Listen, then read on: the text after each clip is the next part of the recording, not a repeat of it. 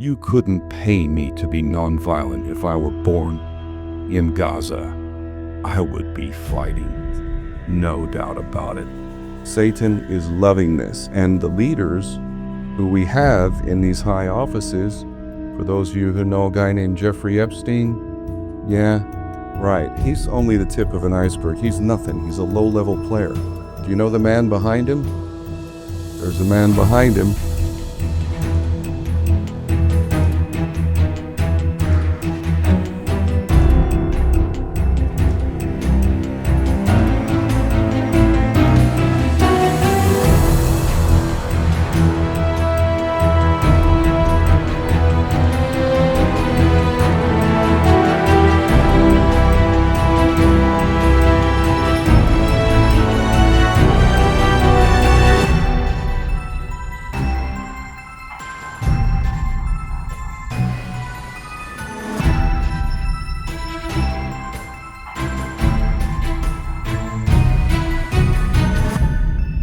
As I think everybody can finally start to understand what they've been telling us in the news, that doesn't really square with the truth in reality.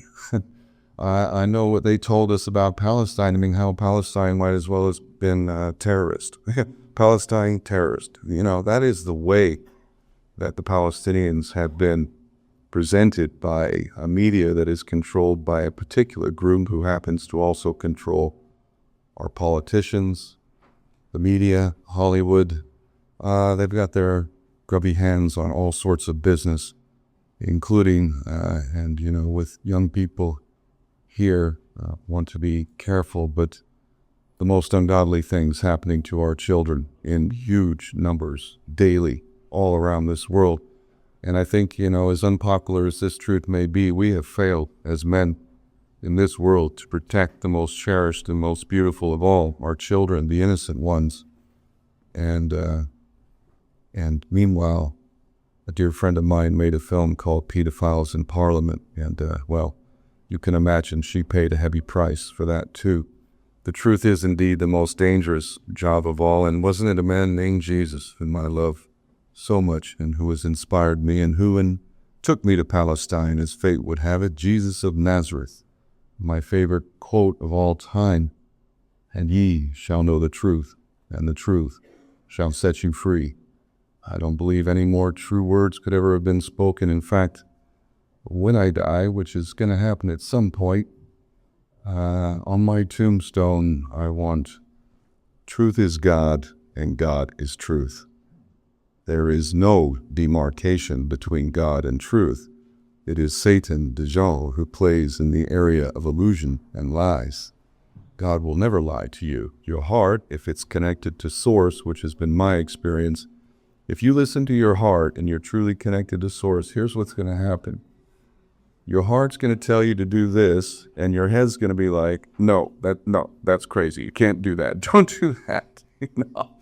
And this is what I've done. I took that path less traveled by and decided to do a whole bunch of crazy things in terms of the way normal, sane people see things. I have a feeling it's getting feedback. Just there we go.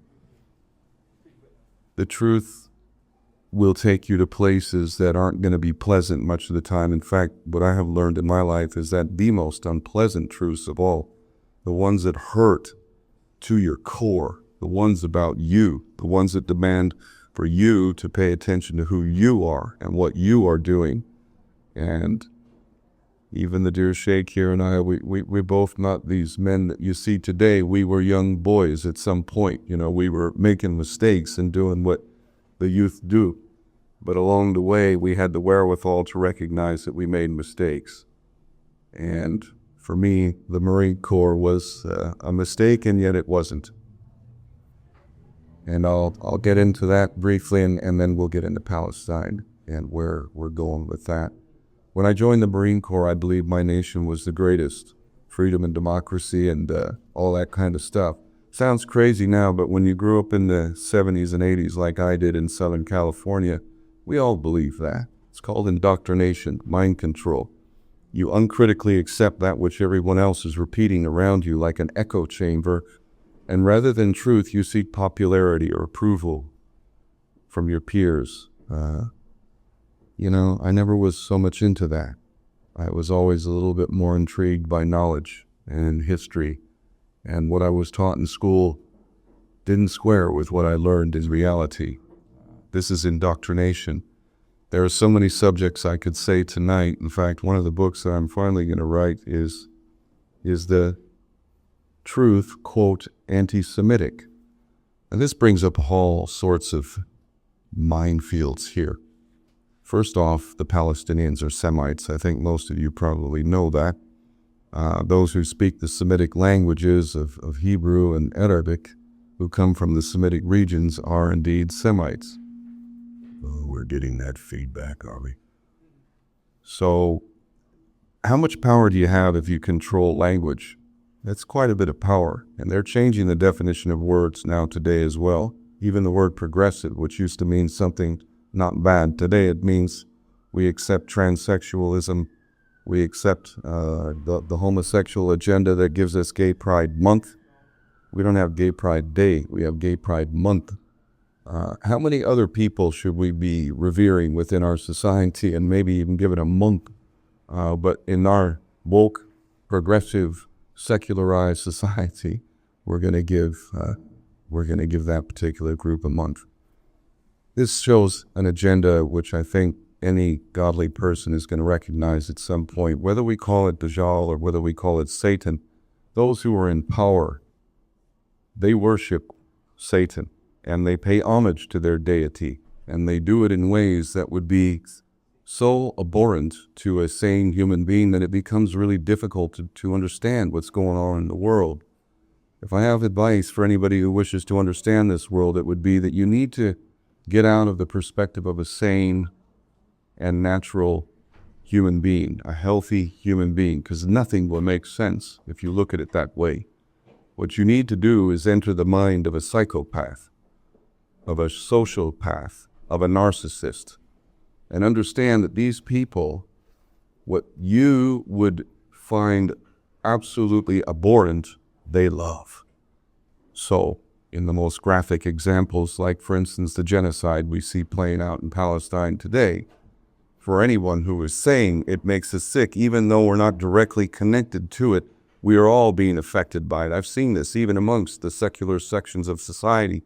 Walking in the street, you can see that the demeanor of the people has changed. It's a lower vibration. It's less happy existence, even though they do their best to disconnect and pretend as if they have nothing to do with it. But here's the truth. This is an absolute truth. And it's part of why I'm leaving this country and I'm leaving the West. Because I know when I go out and buy a cup of coffee, some of that is tax. And some of that tax is going to pay for genocide. And that, according to Islam, isn't it one of the first rule in terms of dealing with the oppressed and the oppressor, the tyrant? The first duty is to not participate in the oppression. Well, that's kind of hard to do unless you plan on buying nothing in this country, because in some little way we're all funding this genocide, and that's the truth that ain't going to feel so good, but it is what it is. There are solutions to this, by the way, and I want to get into those things. If we don't do these basic things, we will be judged. And I think that's the beauty of speaking to a Muslim audience, or largely Muslim, and I'm sure not everybody here is, but, if you have effectively rejected God and taken the secular path because you resent religion, you have already invited Satan into your heart. And that satanic seduction can happen in a myriad of ways. We obviously see it with money, we see it with power, we see it with sex, we see it with drugs, we see it with all of the things that a healthy society would reject, but of course Satan is loving it.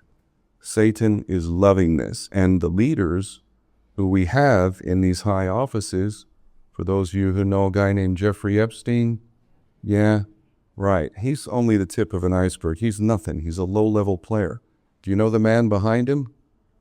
There's a man behind him, Les Wexner, a Jewish billionaire who lives in Ohio. That's where we start getting closer to the power. Now, if you are an immoral person, then you're qualified to be a prime minister or a parliamentarian. If you are a sane, healthy, whole human being, you're not qualified. You know why? Because you're not going to choose to get on the plane known as the Lolita Express and fly off to Epstein's Island and go do things that no godly person would do with underage boys and girls. But those who are in power, they do those things, and it is on videotape, and if it ain't that, it's taking a bribe. These are the facts that we could have faced long ago if we were really serious, and it would compel us to do something more than we've done. Because protests, and I've gone to a couple of them in the last couple of weeks, listen, I get it, I appreciate it, but have they stopped this genocide? Did they stop the invasion of Iraq? Did they stop all of these wars? Libya, Syria, Sudan, the forgotten genocide over there. Have we stopped any of this? No, we haven't. Have we done as much as we could do? No, we haven't. Are we going to start doing what we can do? I hope so, and I pray so. I tell you one thing we can do, and I will get into the Gaza thing now in Palestine. Taxes. I have a dear friend and brother named Chris Coverdale, and I also know others. There is a agenda, and there is a movement right now for those of you who wish to withhold your money and do so lawfully, as actually the highest laws provide you. Not only do they provide you an ability not to pay taxes, but you actually have a positive duty not to pay taxes when we can establish that those taxes are being used to commit genocide, war crimes, crimes against humanity, torture, you name it. That's what our taxes are paying for, literally. Meanwhile, we're 7 trillion pounds in debt. Who do you think we owe that to? And guess who's going to flip the bill for that? The young ones. They're the ones who are going to flip the bill for that. That's pretty darn shameful. We can, and there is efforts, and please, if you want, I will give you the information. You can put your money that would be paid into taxes into a trust. That money goes into the trust. For all that put the money of the taxes into the trust, we then serve the government with a notice notifying them that currently the way that they're utilizing those taxes is not in line with international law, specifically international treaty law. Treaties are contracts between nations, until such time as you provide full assurance that none of that money is going to be used to commit genocide, war crimes, crimes against humanity. We are withholding. When you provide absolute assurance and proof that these monies will be used for the benefit of the people that the taxes are being paid from, because we got a lot of problems here. You notice the homeless people out there? Is this a rich country or is this a poor country? I see less homeless people in poor countries than I do this country. And America, same thing. We withhold our taxes. Guess how quickly they will be in order? Real quick, because we have the power. One last little thing in Gaza. This $5 note right here. This is different from this $1 note here. That $1 note, there's two things about it. It has a green seal, and at the top, although you can't see it, it says Federal Reserve Note. What is the Federal Reserve? Well, it ain't federal. It has nothing to do with the government. It's a private bank. Who owns that bank? Well, we're not technically allowed to know, but it's the Rothschilds and associated stooges that own the Federal Reserve private bank. Guess how much my birth nation is in debt right now? $34 trillion. You would have thought at 1 trillion, they might have said, okay, wait, we're going to have to cut you. No, apparently not, because that's just going to be paid by our children. John F. Kennedy issued this one with a red seal, and it also says United States note at the top. Guess what happened to John F. Kennedy? Yeah, he was dead. There was another man who outlawed usury, not even allowed to talk about it, and I'm going right into Palestine after this. And I say this because there is a direct connection between World War II and Palestine. And I have speeches, and I've read books, and I've studied, and I want the truth, regardless of how unpopular it is. But there was a world leader who outlawed usury. You might know him. His name is Adolf. He also confronted the Jewish power, who declared war on him in 1933. Let me just see, out of anybody in the audience, how many of you know that in 1933, Judea declared war on Germany 14 million Jews of the world unite, calling for the destruction of Germany, and also other Jewish leaders openly calling for the killing Amalek style. Remember the Amalek quotes that we've heard in Gaza? Well, imagine if you were German and had done nothing wrong to the bankers, in fact, were victims of the bankers, and you were suffering under a Weimar Germany Republic where your money was worth nothing, and now they're declaring war on you because your leader is declaring an intent to get out from that banking system. Who told you your history about Palestine? Who's been telling you that? Has it been accurate? Has any of that been accurate? Why would you think that anything you've been told about World War II or the Holocaust or any of that would be accurate? Please, look into it for yourself.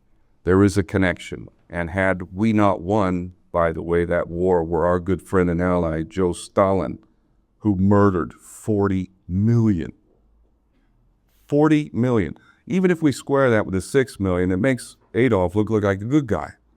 I mean, 40 million, 6 million. Neither one is acceptable, but I'll take 6 over 40. Joe Stalin, our good buddy, and FDR's Uncle Joe, as you refer to him. How did communism and Western Christian America and England come together? So we got communism outlawing God, destroying all the churches, keeping the synagogue standing, making the first law of the Soviet Union, anti-Semitism punishable by death. That's coming here, by the way. If we all continue to be asleep at the wheel, they're already doing these hate speech laws. The fact that I'm even out and alive is all praise to God for that. Otherwise, I wouldn't even be here. And that's how you become fearless. I serve one master, and my master tells me to do the opposite of what these fake leaders are trying to intimidate us into doing. I don't care what the price is. I'm happy and I'm good, and I will die with my boots on. Gaza. I've lived there. Palestine, West Bank. I've lived there too. I've gone through those checkpoints, and I've seen the indignities that the Palestinians deal with firsthand. I tell you, the first thing that amazed me, stunned me, was how do these people not become hateful? How do they remain so nonviolent, really, overwhelmingly so? It ain't because they're cowards, I can tell you that. All we need to do is to see those kids with a rock in hand throwing it at tanks to tell us that it's not cowardice.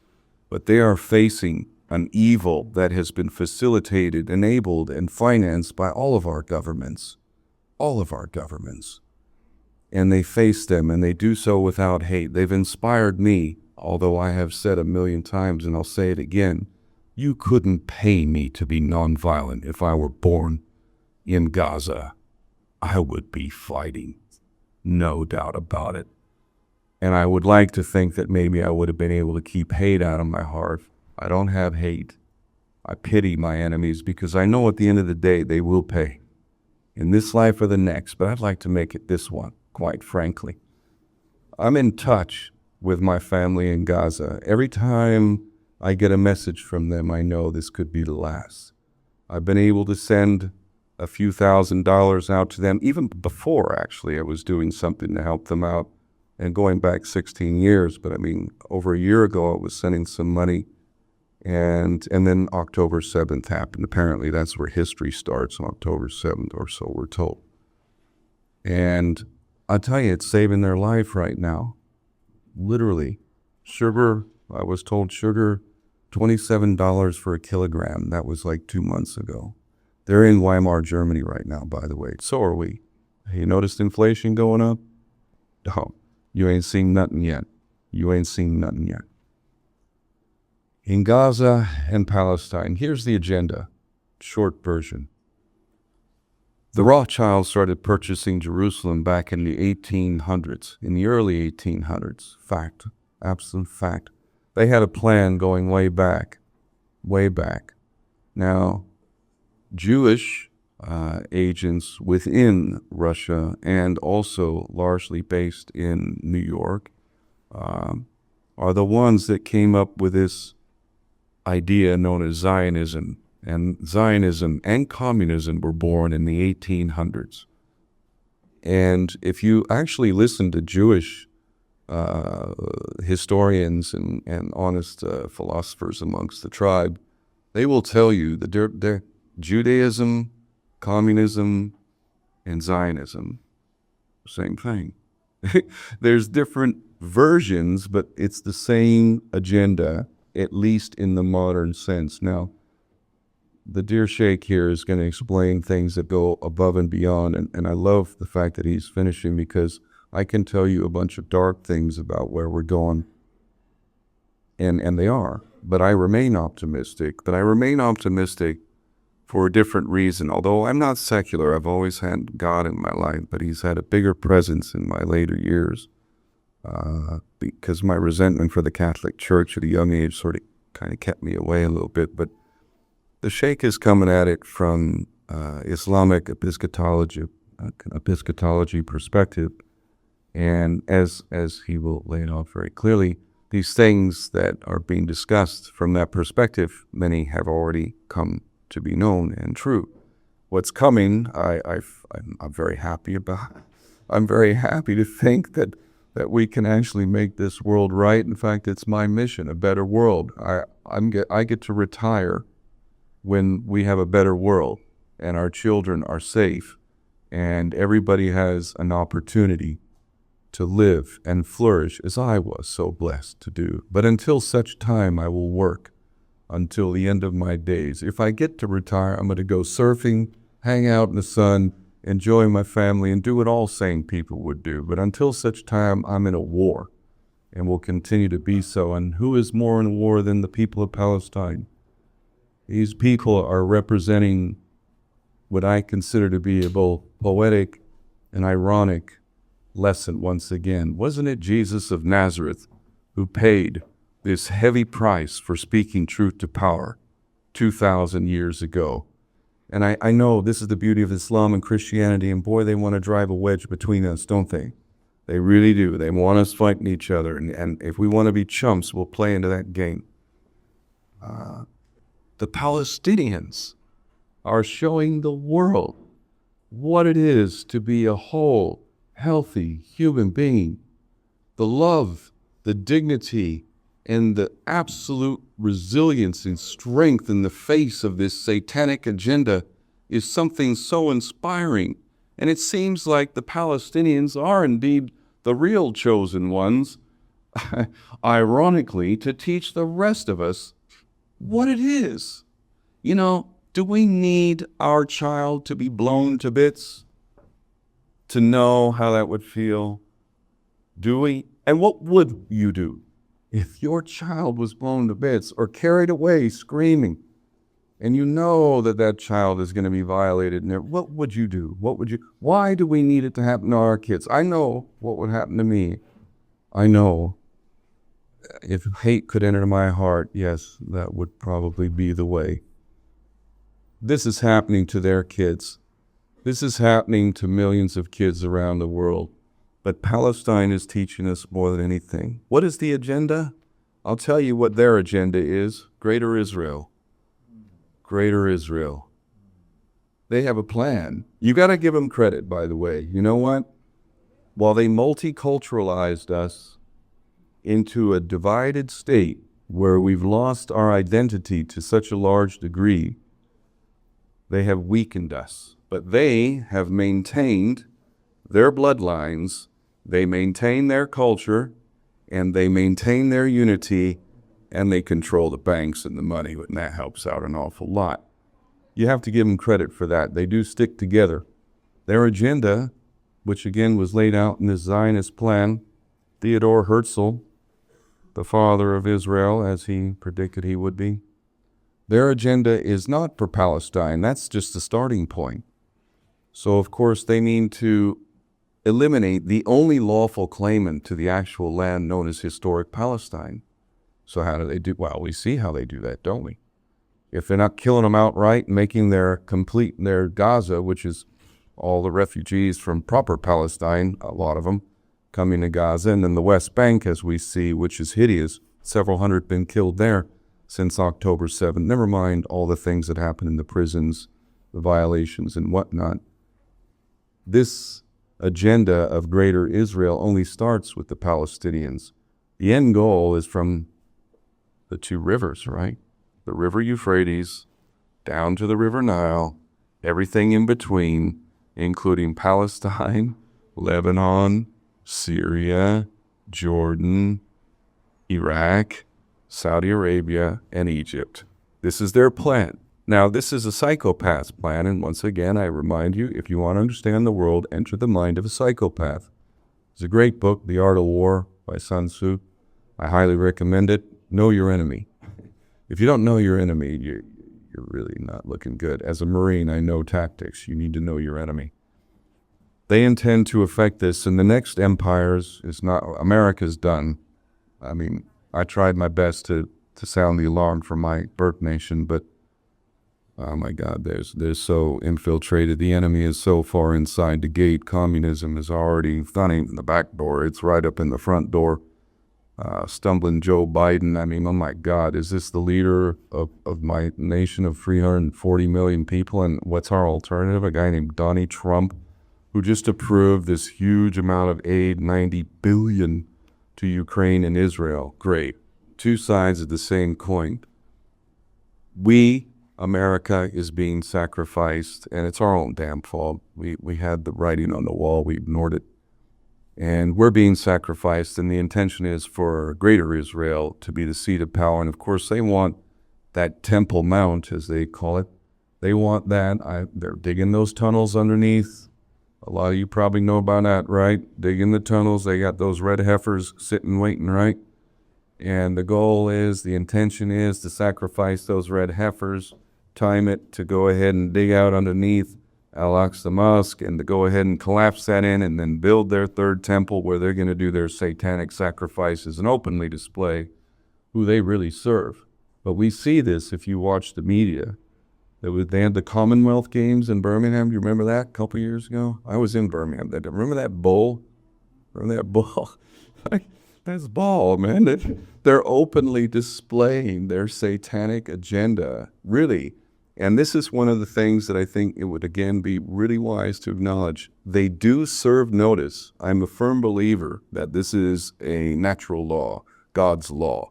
If you intend to do harm to another group or another individual, you must serve notice of that intent.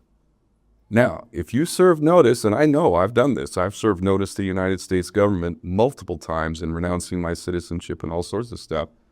If you serve notice and the other party does not voice any objection, then you have what's called tacit consent. You have just tacitly consented to your own destruction. The frightening truth is we have tacitly consented to our own destruction on multiple levels, which necessitates a remedy. And the only remedy, in my opinion, is first the truth, only the truth. We don't know the truth enough. That's why we're so confused, so easily manipulated. When we understand the truth to a sufficient degree, and don't mistake the masses either. Me and the Shaikh were talking about this earlier. The vast majority of people, don't worry about them. Really, stop fixating on them, okay? It is the minority of people who have connected back to source, who have a higher purpose. We are the ones that matter. We are the ones that matter. We are the ones that will move the world. I, as a single individual, have an influence on this world. Each one of you is making a difference in this world, whether you realize it or not. By the way you drive, if you litter, if you help an old lady with her shopping, whatever you do, good or bad, has an impact on this world. Do not hide behind the excuse that I'm only one person, what can I do? That's a coward's way out. That's an excuse maker right there. That is the problem right there. When we all take account for our responsibility and our duty as men and women, we will win. We will. And if you have God behind you, as I believe most in this audience do, and myself and the Shaikh, and unstoppable. And the beauty of it is, even if I get tortured like Bolshevik style, and trust me, I've contemplated all the things that my enemies will do to me. I don't think I'll get a quick death. I think it'll be quite painful, miserable, and prolonged. And if that be the case, so be it. If that is my fate, then it be God's will, and I will pay any price. I wish and I hope to live longer, and I would love to see this day that I'm working for, but make no mistake about it, We are sitting in the most incredible time in history, period. To be alive at this time is a great honor and a great responsibility. If you lived 50 years ago, sure, many events, very important. 100 years ago, too. Listen, we've had a lot of very, very epoch, very paradigm-shifting moments, but none more so than this. This is it. This is the big show. It's all or nothing. The writing has been on the wall a long time. People are engaging. Do not hide behind excuses. Understand that we are fighting Satan, Dajjal, and if they have their way, you will either be enslaved or you will be executed or imprisoned and put in a gulag in their communist utopian agenda. This is where we're going. And I believe, do I have a few more moments? I want to go over and make sure.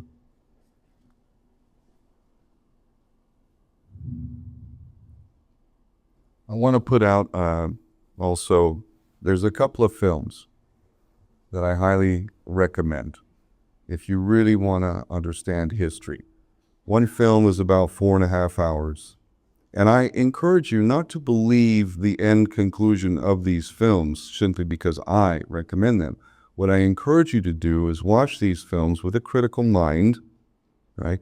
As the Shaikh said, you do not just accept information because it is presented. You must think with a critical mind to try and assess whether this is valid and true. The first one, 4.5 hours roughly, is called The Greatest Story Never Told. Now that's a big title right there. There's a lot of great stories out there. Is this the greatest story never told?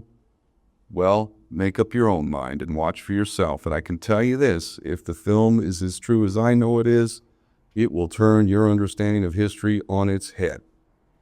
Guaranteed. The other film is a film that's even longer. The original version is 12 hours. I think now the edited versions are up to 15 hours.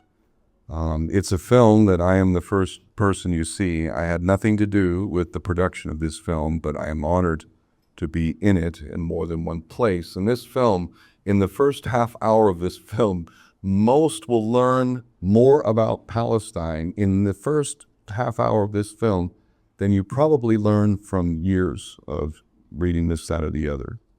That's a big claim. The whole film is that full of important hidden knowledge, and this film is the most shadow banned. You cannot find it. You have to look for it, and it just goes to show how scared they are of the truth. And that film is called Europa, The Last Battle. And this is about a white genocide. How many of you know there's a white genocide going on out there? There is indeed. Not just white Christian. Oh, the Christians, there seems to be a special bit of attention on us Christians out there. They don't want us around, and we're dying out. So I'm going to try and continue to do my part to stay alive and, who knows, maybe procreate again. And let's make those babies because it's God's will. And I see one young one here, but God bless all of you who are parents. This is challenging times. Europa, The Last Battle. I can't recommend it enough. Watch it with an open mind, with a critical mind, and I challenge anybody to get in touch with me and point out any fact, historical fact, or any historical claim within either one of these films that is incorrect. Honestly, I mean that. Like, please tell me. I don't want to have an echo chamber of, oh, I was right. Oh, yes, I'm right. This. No, show me where I'm wrong so that I can be better, more knowledgeable. I see a hand over there. Europa, it's E-U-R-O-P-A. And then it's The Last Battle. They're hiding it, so you'll be able to find it. But I believe I've used up the allotted time for myself, and I look forward to the questions. And once again, God bless all of you, and God bless the Shaikh. I mean, this beautiful man had a major heart attack only a few months ago, but it's quite clear to me God said, no, not your time. So let us cherish this time we have with him, and I certainly will. Thank you.